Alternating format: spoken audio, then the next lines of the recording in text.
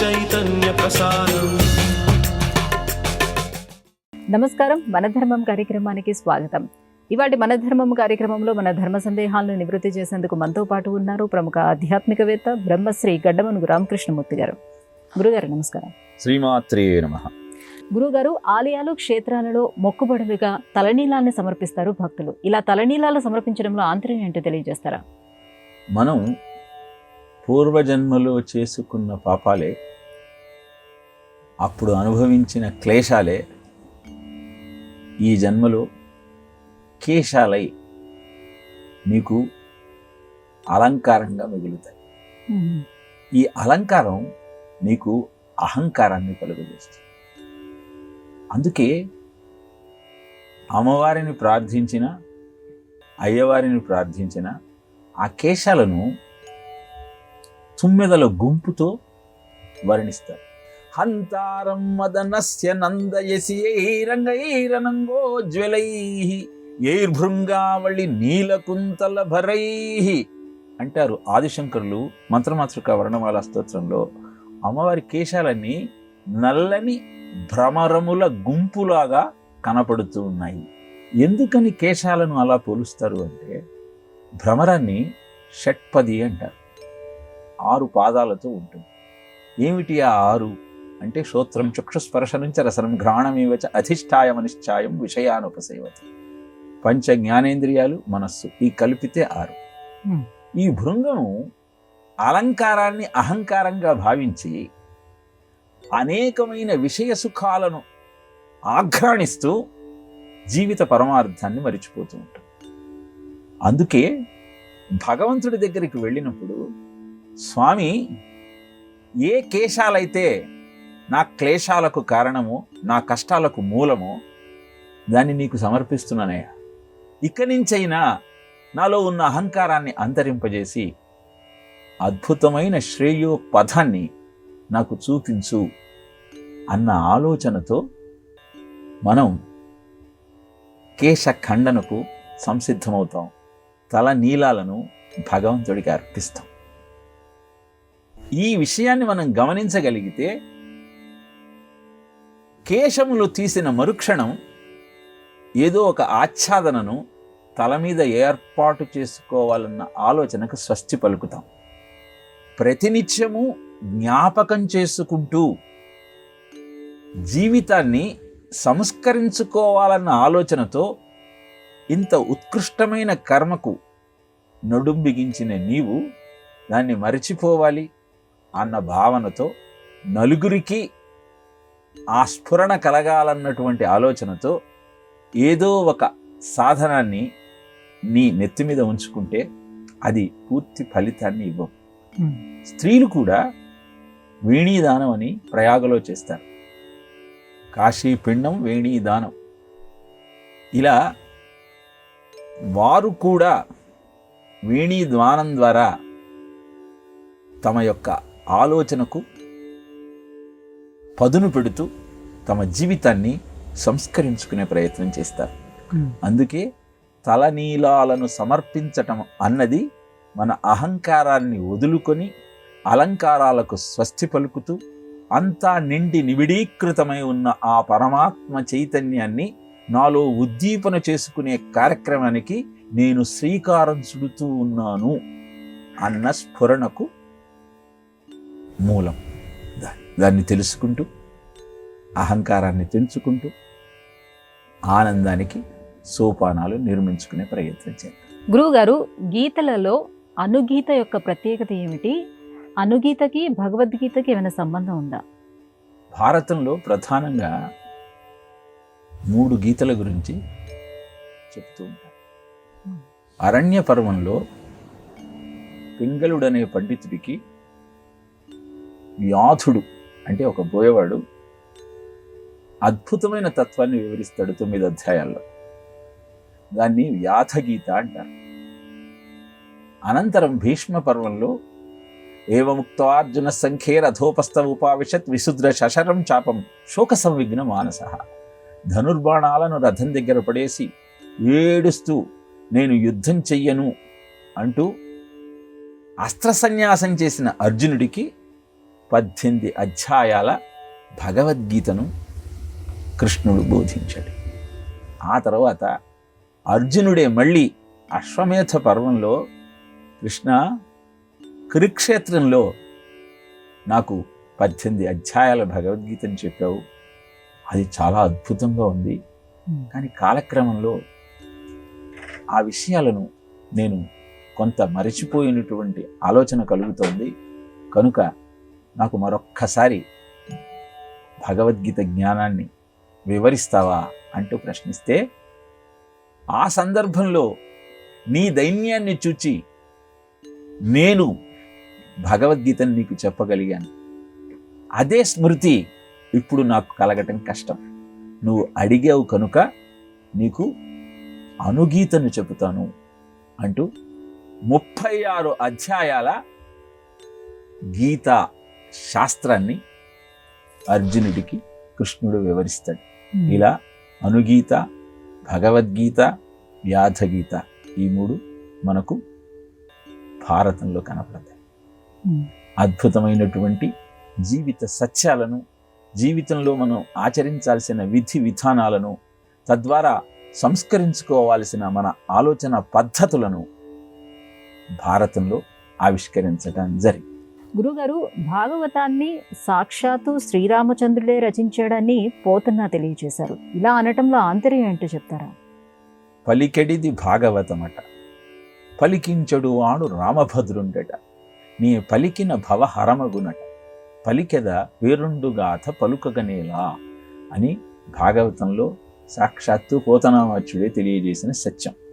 ఎందుకు అలా రామచంద్రమూర్తి నాతో చెప్పించాడు అని పోతన చెప్పాడంటే, చంద్రగ్రహణం రోజున గోదావరి నదీ తీరంలో స్నానం చేసి ధ్యానంలో ఉన్నప్పుడు, మెరుపు చంగటనున్న మేఘంబు కైవడి నువిద చంగటనుండ నొప్పువాడు, చంద్రమండల సుధా సారంబు పోలిక మొగమున చిరునవ్వు మొలచువాడు, వల్లీయుత తమాల వసుమతీజము భంగి బలు విల్లు మూపున బరగువాడు, నీల నగాగ్ర సన్నిహిత భానుని భంగి ఘన కిరీటముదల కలుగువాడు, పుండరీక యుగము బోలు కన్నులవాడు, వెడదయురమువాడు విపుల భద్రమూర్తివాడు, రాజముఖ్యుడొక్కరుడు నా కన్నుగవయ ఎదుట కనబడియే అంటూ రామచంద్రమూర్తి తన కనుల ముందు ప్రత్యక్షమయ్యి భాగవతాన్ని తిరిగిస్తే నీకు భవబంధాలు పోతాయి అని ఆదేశించిన మీదట నేను భాగవత రచనను ప్రారంభించాను అని సాక్షాత్తు పోతనామాచ్యుడే తెలియజేస్తాడు. అనంతరం గజేంద్ర మోక్ష ఘట్టాన్ని రాస్తున్న సమయంలో వ్యాసుడు ఆ మొసలి శిరస్సు ఖండించటం కోసం గజేంద్రుడి ప్రార్థన విని అక్కడికక్కడ సాక్షాత్కరించాడు అని వ్యాసుడు రాస్తే, భక్తి భావాన్ని ప్రజలలో ఉద్దీపన చెయ్యాలన్న ఆలోచనతో వైకుంఠంలో ఉన్నటువంటి శ్రీమన్నారాయణుడు గరుడ వాహనం మీద బయలుదేరాడు అని చెప్పాలనుకున్నాడు పోతనామాచ్యుడు. ఇక్కడ వైకుంఠాన్ని వర్ణించాల్సినటువంటి అవసరం ఏర్పడింది. అందుకే కూతురైన శారదతో నేను అలా వ్యాహ్యాళ్ళకి వెళ్ళొస్తాను, ఆలోచన రావటం లేదమ్మా అంటూ బయటికి వెళ్ళి 2 క్షణాల్లో మళ్ళీ ఇంటికి వచ్చాడు. శారద అడిగింది, నాన్నగారు వెంటనే వచ్చారు, స్ఫురించిందా అంటే సమాధానం ఇవ్వకుండా పూజ గదిలోకి వెళ్ళి ఆ పద్యాన్ని రాసేసి తిరిగి వచ్చి శారదతో, అమ్మా అద్భుతమైన ఆలోచన వచ్చింది, అల వైకుంఠపురంబులో నగరిలో ఆమూల సౌధంబుదాపల మందారవనాంతరామృత సర ప్రాంతేందు కాంతోపలోత్తల పర్యంక రమా వినోదియగు ఆపన్న ప్రపన్నుండు విఫల నాగేంద్రము పాహి పాహి అనగు ఇయాళించ సంరంభియై అని ఈ పద్యం రాశానమ్మా అని చెప్పి వెళ్ళిపోయాడు. పోతనామాచ్యుడు వెళ్ళిన మరుక్షణంలో మళ్ళీ పోతనామాచ్యుడు పరిగెత్తుకుంటూ లోపలికి వచ్చి, అమ్మా నాకు ఒక అద్భుతమైన ఆలోచన వచ్చింది, నేను వైకుంఠం ఎలా ఉందో రాయటానికి సంసిద్ధమవుతున్నాను అనగానే ఆయన కూతురు శారద అంది, అదేంటి నాన్నగారు ఇప్పుడే వచ్చి రాసేశారు కదా, అల వైకుంఠపురంబులో నగరిలో ఆమూల సౌధంబుదాపల అంటూ పద్యాన్నంతా వివరించగానే ఆశ్చర్యపోయాడు పోతనామాచ్యుడు. ఇదే స్ఫురణ నాకు కలిగిందమ్మా, ఇంటికి వచ్చినవాడు సాక్షాత్తు శ్రీమన్నారాయణుడే, ఆ రామచంద్రమూర్తియే నీకు దర్శనమిచ్చి నిన్ను తరింపజేశాడు, నాకు మాత్రం పద్యాన్ని స్ఫురింపజేశాడు, నువ్వు ధన్యురాలవమ్మా అంటూ ఆ పద్యాన్ని సాక్షాత్తు రామచంద్రమూర్తియే రాశాడు అని ఒక ఐహిత్యము. ఎందుకని పలికెడిది భాగవతమట, పలికించడు వాడు రామభద్రుండట అని పోతనామాచ్యుడు చెప్పాడు, మనకు రుజువు చేస్తూ. గురువుగారు, న్యాయ రీతులలో కందుక న్యాయం అంటే ఏమిటి? కందుకము అంటే బంతి అని అర్థం. బంతిని నేలకేసి కొడితే అది అక్కడ చతికిలబడి కూర్చోదు, మళ్ళీ ఎంత వేగంతో కొట్టావో అంత వేగంగా పైకొస్తుంది. కందుకము ఓలె సుజనుడు కిందంబడి నెగసియుండు అంటాడు భర్తృహరి శతకాన్ని తెనిగించిన ఏనుగు లక్ష్మణ కవి. మన జీవితంలో అనేకమైన కష్టాలు మనకు ఎదురైనప్పుడు ఆ సమస్యను చూసి కృంగిపోకుండా ధీరోదాత్తమైన స్వభావంతో దాన్ని ఎదుర్కోగలిగితే, పైకి మళ్ళీ లేవగలిగితే జీవితం అద్భుతంగా ఉంటుంది. మందుడు మృత్యుండము వలె, అదే ఆ ధైర్యము ఆ గాంభీర్యము లేనివాడు కింద పడగానే చతికిలపడి ఇహ నాతో ఏమీ కాదు, నా జీవితం వ్యర్థమైపోయింది అని ఏడుస్తూ కూర్చుంటాడు. అందుకే బంతిని ఉదాహరణగా చెబుతూ మణిరేవ మహాషాణ ఘర్షణం నతు మృత్ కణహ అని చెబుతారు. మణిని ఎంత సానబెడితే అంత జాజ్వల్యమానంగా అది ప్రకాశిస్తుంది. అదే మట్టి ముద్దను నీవు ముట్టుకున్న మరుక్షణం అది పిండి పిండి అయిపోతుంది. ఈ సత్యాన్ని తెలియజేస్తూ విపత్కర పరిస్థితులలో, క్లిష్ట సమయంలో మనోధైర్యాన్ని కోల్పోకుండా ముందుకు సాగు. పాండవులు ఇంద్రప్రస్థాన్ని నిర్మించుకొని రాజవైభవంతో వెలసిల్లారు. కానీ ధర్మరాజు జూతం ఆడిన కారణాన ఆ భోగాలన్నీ పోగొట్టుకున్నారు, అడవుల పాలయ్యారు. అలా అడవులలో ఉన్నప్పుడు వారు ఏడుస్తూ కూర్చోలేదు, మహాపురుషులను కలుసుకున్నారు, వారి ద్వారా జీవిత సస్యాలను తెలుసుకున్నారు, తపస్సు చేశారు, ఆయుధాలనన్నింటినీ సమకూర్చుకున్నారు, యుద్ధానికి సన్నద్ధమై 7 అక్షౌహిణీల సైన్యమే తమ దగ్గర ఉన్నప్పటికీ 11 అక్షౌహిణీల సైన్యం కల దుర్యోధనుడితో యుద్ధం చేసి విజయాన్ని సాధించగలిగారు. కారణం మొక్కవోని ఆత్మవిశ్వాసం, ఎలాంటి పరిస్థితులలో కూడా చెలించినటువంటి గంభీరమైనటువంటి ఆలోచన విధానం. సర్దార్ వల్లభాయ్ పటేల్ వాదన చేస్తూ ఉన్న సమయంలో ఒక టెలిగ్రామ్ వచ్చింది. దాన్ని అలా చూసి మళ్ళీ వాదన కొనసాగించారు.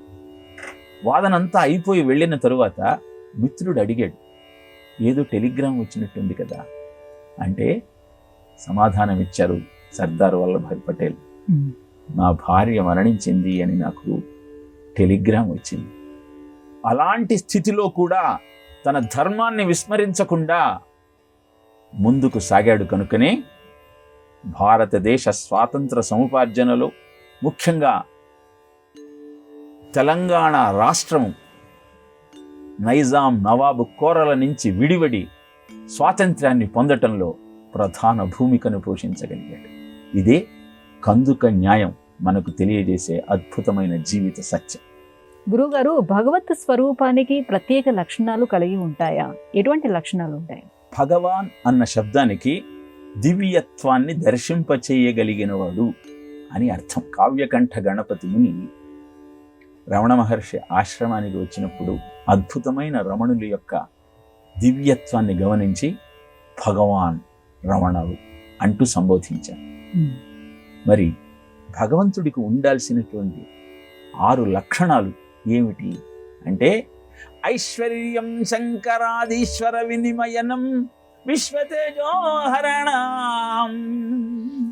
తేజస్సంహారి వీర్యం విమలయశోపి నిస్పృహైశ్చోపగీతం అంగా సంగా సదా శ్రీరఖిల విదసి నక్వాపితే సంగవార్త వాతాగారవాసిన్మురహరి భగవచ్చబ్ద ముఖ్య ఆశ్రయోపి అంటూ నారాయణీయంలో ఐశ్వర్యము, ఈశ్వరస్య భావం ఐశ్వర్యం, అందరినీ ముందుకు నడిపించగలిగిన మాహాత్మ్యము కలిగిన వాడు ఈశ్వరుడు. ఆ తరువాత ధర్మం, ఒక కట్టుబాటు, తాను నిర్ణయించినటువంటి నిబంధనను పాటిస్తూ ధర్మాన్ని పరిపాలిస్తూ ముందుకు సాగటం. జ్ఞానం, కావలసినటువంటి విజ్ఞానము గురువుల దగ్గర నుంచి తెలుసుకొని తాను ఆచరిస్తూ నలుగురికి చెప్పేటువంటి లక్షణం. కాంతి, తేజస్సు, వైరాగ్యం, ఎలాంటి పరిస్థితులలో కూడా అటాచ్మెంట్ లేకుండా, అనుబంధం లేకుండా కార్యక్రమాన్ని నిర్వర్తించేటువంటి నైపుణ్యం. ఈ 6 లక్షణాలు ఎవరైతే కలిగి ఉంటారో వారిని భగవాన్ అని అభివర్ణించటం జరుగుతుంది. ఇవే భగవంతుడి యొక్క 6 లక్షణాలు. గురువు గారు, గండకీ నదికి సాలగ్రామానికి ఉన్నటువంటి సంబంధం ఏంటి? శివపురాణంలో శంఖచూడుడి వృత్తాంతాన్ని తెలియజేస్తూ గండకీ నది, సాలగ్రామము, శంఖము ఈ మూడింటి యొక్క మాహత్యాన్ని వివరిస్తారు. బ్రహ్మకుమారుడైన దక్షుడి సంతానంలో, వంశంలో దంభుడు జన్మిస్తాడు. కఠోరమైన తపస్సు చేసి శాపవశాన శంఖచూడుడిగా అవతరించిన సుధాముడికి అద్భుతమైన జీవిత సత్యాలను వివరిస్తాడు. శంఖచూడు తులసిని వివాహం చేసుకుంటాడు. అద్భుతమైన తపస్సుతో విష్ణు కవచాన్ని సొంతం చేసుకుంటాడు. ఎంతకాలమైతే ఈ విష్ణు కవచం నీ దగ్గర ఉంటుందో, నీ భార్య తులసి పాతివ్రత్యాన్ని విడవకుండా నిన్ను కాపాడుతూ ఉంటుందో అంతకాలం మృత్యువు నీ దరి చేరదు అని బ్రహ్మదేవుడు వరంస్తాడు. శంఖచూడు శాపవశాన రాక్షస వంశంలో జన్మించినవాడు. అందుకే దేవతల మీద యుద్ధానికి సన్నద్ధమవుతాడు. దేవతలతో యుద్ధం చేస్తున్న సమయంలో తులసి పాతివ్రత్యం వల్ల శంఖచూడు ధరించినటువంటి కవచం కారణంగా శివుడు కూడా శంఖచూడిని ఏమీ చేయలేకపోతాడు. ఏం చెయ్యాలని సమాలోచనలు చేసిన తరువాత శ్రీ మహావిష్ణువు బ్రాహ్మడి రూపంలో వచ్చి శంఖచూడు యొక్క విష్ణు కవచాన్ని దానంగా స్వీకరిస్తాడు. ఇక తులసి పాతివ్రత్యాన్ని భగ్నం చేయటం కోసం ఆ విష్ణు కవచాన్ని ధరించి శంఖచూడు రూపంలో తులసీమాత దగ్గరకు వెళతాడు. తులసి విష్ణు సమాగమం తరువాత సత్యం తెలుసుకొని, నీవు శిలవైపోదువుగాక అంటూ శపిస్తుంది.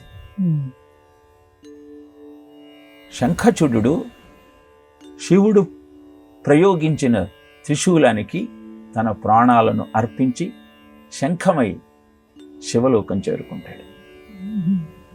తులసీమాత ముందు శివుడు ప్రత్యక్షమై, చింతించాల్సిన పని లేదు తులసి, ఎవరి పాపాన్ని వాళ్ళు అనుభవింపక తప్పదు. సుధాముడిగా ఉన్నప్పుడు శంఖచూడు పార్వతీదేవిని చూచి మనోవికారాన్ని పొందాడు. ఆ కారణంగానే శంఖచూడుడిగా జన్మించాడు. ఇప్పుడు శంఖమై నా దగ్గరకు వచ్చాడు. నువ్వు భూలోకంలో పవిత్రమైన తులసి మొక్కగా అందరి చేత ఆరాధింపబడటమే కాకుండా గండకీ నదిగా ప్రవహిస్తూ ఎవరైతే నీలో స్నానం చేస్తారో వారికి ముక్తిని ప్రసాదించే లక్షణం కలిగి ఉంటాం. అలానే నీ శాపం కారణంగా శ్రీ మహావిష్ణువు నీ నదీ తీరంలో పర్వతమై అవతరిస్తాడు. 15 దంతాలతో విషకీటకాలన్నీ ఆ పర్వతాన్ని తొలుస్తూ ఒక క్రమంలో మలచబడ్డటువంటి సాలగ్రామాలుగా, విష్ణు చక్రాలుగా ఈ గండకీ నదిలో సాక్షాత్కరిస్తాయి. అలానే శంఖచూడుడు శంఖమై నిన్ను అనుగ్రహిస్తూ ఉంటాడు. ఇలా ఆ తులసీదేవి గండకీ నది, శైలపర్వతము శ్రీ మహావిష్ణువు, విషకీటకముల యొక్క దంతఛేదనతో ఏర్పడినటువంటి అద్భుతమైన విష్ణు రూపాలే సాలగ్రామాలు. అందుకే సాలగ్రామ దానాన్ని మహాదానంగా చెబుతారు. నిత్యము సాలగ్రామ అర్చన చేసిన వారు తలపెట్టిన కార్యక్రమాలన్నీ నెరవేర్చుకోగలిగినటువంటి స్థితికి చేరుకుంటారు అని పురాణం చెప్తూ ఉన్నది. కనుక ఆ తులసీమాత యొక్క పాతివ్రత్యము, శంఖచూడుడి యొక్క పూర్వజన్మ దుష్కృతము, విష్ణువు యొక్క మహిమ, శివుని యొక్క కటాక్షము మనకు ఈ సాలగ్రామాన్ని, గండకీ నదిని, శంఖాన్ని చూచినప్పుడు స్ఫురిస్తూ ఉంటాయి. గురుగారు, వేదాలు విజ్ఞాన పెన్నిధులు.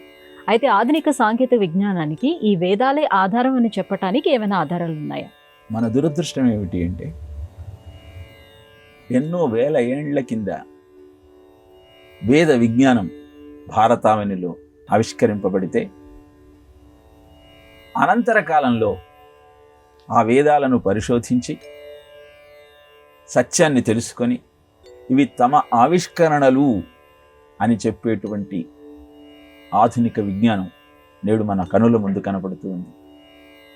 వేదంలో ఆయం గౌ పృచ్ఛ విక్రమీ రసన్మాతరం పునః పితరం చ ప్రయన్ వత్సహ అన్న మంత్రము 4 వేదాల్లో కనపడుతుంది. దీని అర్థం ఏమిటి అంటే, సూర్యుడు ఆబోతు, భూమి గోవు, చంద్రుడు దూడ. గోవు ఆబోతు చుట్టూ తిరుగుతుంది, అలానే దూడ ఆవును అంటి పెట్టుకొని దాని చుట్టూ తిరుగుతుంది అని మనం 16వ శతాబ్దంలో గెలీలియో సూర్యుడి చుట్టూ భూమి తిరుగుతున్నాడు, భూమికి ఉపగ్రహం చంద్రుడు, చంద్రుడు భూమి చుట్టూ తిరుగుతున్నాడు అని చెప్పాడని అనుకుంటున్నాం. కానీ ఇంత స్పష్టంగా ప్రతి వేదంలో ఉన్నటువంటి మంత్రం యొక్క రహస్యాన్ని సంస్కృతం రాని కారణంగా తెలుసుకోలేకపోతున్నాం. తెలిసినటువంటి పండితులు ఈనాటి ఆధునిక విజ్ఞానుల యొక్క అతి తెలివిని గమనించి వ్యాఖ్యానం చేయటానికి ముందుకు రావటం. మరి తిరుగుతున్నటువంటి ఈ భూమి, సూర్యుడు, చంద్రుల యొక్క కక్ష ఏమిటి అంటే, దీర్ఘ వృత్తాకారంలో ఇది తిరుగుతూ ఉంది. వృత్తానికి ఒకే కేంద్రం ఉంటే దీర్ఘవృత్తానికి 3 సెంటర్డ్ ఆర్బిట్ అంటారు ఆంగ్లంలో. దాన్ని త్రినాభిచక్రమజరం అనర్వం ఏ విశ్వాభూతాని తస్థు అని వేదం చెప్పింది. అలానే మన ప్రేవులలో, మన తలలో సూక్ష్మ క్రిములు ఉన్నాయి అని 19వ శతాబ్దంలో లూయిస్ పాస్చర్ చెప్పాడని విజ్ఞాన శాస్త్రం చెబుతూ ఉంటే, ఆంత్రాక్షో శీర్షాణం అథో క్రిమిన్ అన్న మంత్రం ద్వారా చిన్న ప్రేగులలో, తలలో, పక్కటెముకలలో సూక్ష్మ క్రిములు ఉన్నాయన్న మంత్రము మనకు వేదంలో దర్శనమిస్తూ ఉంది. అంతేకాదు, వాటిని చూడాలి అంటే నీకు సూక్ష్మదర్శిని కావాలి. ఈ మంత్రం కూడా మనకు వేదంలో కనబడుతుంది. ఆ అద్దాలను అభ్రకపు గాజు స్ఫటికంతో తయారు చేస్తారు అన్న విషయం కూడా వేదం చెప్పింది. అందుకే ముక్తకంఠంతో మనం ఈనాడు చాటి చెప్పాల్సిన విషయం ఏమిటి అంటే, ఆధునిక విజ్ఞాన ఆవిష్కరణ అన్నింటికీ మూలం వేద విజ్ఞానమే. ఆ వేద సారాన్ని మనం గమనించగలిగినాడు. ఏ విధంగా దాన్ని అధ్యయనం చేసిన వారు ఈ విజ్ఞాన ఆవిష్కరణలన్నింటినీ చేయగలిగారో మనం కూడా అంత అద్భుతమైనటువంటి స్థితికి చేరగలుగుతాం. కావలసిందల్లా మన మీద మనకు విశ్వాసం, మన ధర్మం పట్ల మన యొక్క చిత్తశుద్ధి, ఈ రెండు మనం ఉంచుకోగలిగితే మన జీవితం అద్భుతంగా ఉంటుంది. గురుగారు, ఇవాటి మన ధర్మం కార్యక్రమంలో మాకు వచ్చినటువంటి ఈ ధర్మ సందేహాలన్నీ కూడా నివృత్తి చేసినందుకు ధన్యవాదాలండి. కృష్ణార్పణ. ఇది ఇవాటి మన ధర్మం కార్యక్రమం. రేపటి మన ధర్మం కార్యక్రమంలో మళ్ళీ కలుసుకుందాం. నమస్కారం. ఈ కార్యక్రమాన్ని తిరిగి చూడాలనుకుంటే www.youtube.com/@ETV Life Spiritual లో చూడవచ్చు.